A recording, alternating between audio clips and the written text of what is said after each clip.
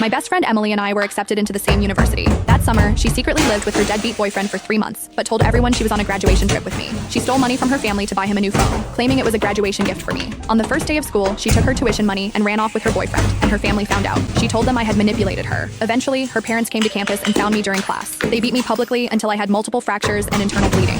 Half dead, they dragged me to the rooftop and threw me off in front of everyone. When I opened my eyes, I had returned on the day she ran away with that worthless guy. I've been close with Emily since school, always together. Every time she went off the grid, her parents called me first. On the first day of university, her mom Susan messaged me again, demanding answers. I was putting on my uniform for registration and glanced at my phone, ignoring it. As I tied my shoes, Susan got impatient and called. My roommate saw I was busy, kindly answered, and held the phone to my ear.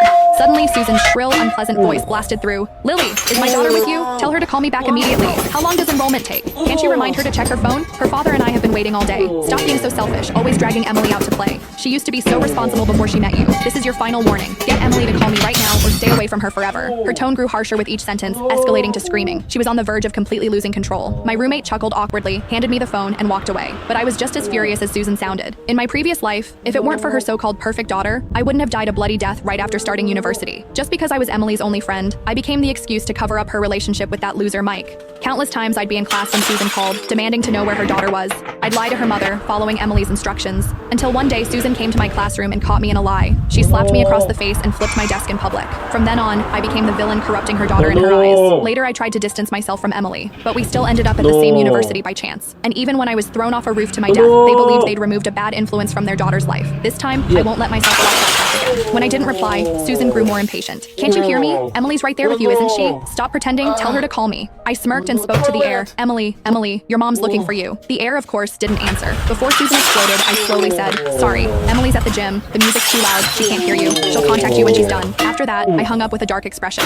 I turned and left the dorm for our first physical education class. After gathering on the field, the teacher started us off tough. We had to run 5 laps around the track. When he finally called stop, everyone collapsed on the ground, completely spent. I wiped the sweat from my brow when 2 familiar figures approached from across the field. Susan's shrill voice carried over. "Excuse me, I'm looking for my daughter Emily, the one with the best grades in the class." My heart sank. I didn't expect them to come so early, so I quickly got up to head to the restroom. But as I turned to leave, Susan grabbed my hair and yanked hard. "You little bitch, why are you sneaking away? Feeling guilty, huh? Tell me, where's my Emily? She hasn't seen me or her father all summer, always off with you, even bought you expensive gifts. You little slut, is this how you treat a friend?" I checked the gym class roster with the teacher. Emily's name isn't on it. With that, Susan pulled my hair violently, and I fell backward onto the ground. Her face was twisted with rage, eyes full of hate. I'd just finished running, my legs were weak, and before I could get up, Emily's father John stomped on my chest. I could barely breathe. Susan laughed coldly and grabbed my hair again. Forcing my head back, she snarled, "Last chance! Where's my Emily?" I gasped in pain but couldn't help smirking. "Your daughter doesn't even tell you, and now you come asking me? Is she really your daughter? She's off marrying that lowlife. If you don't hurry,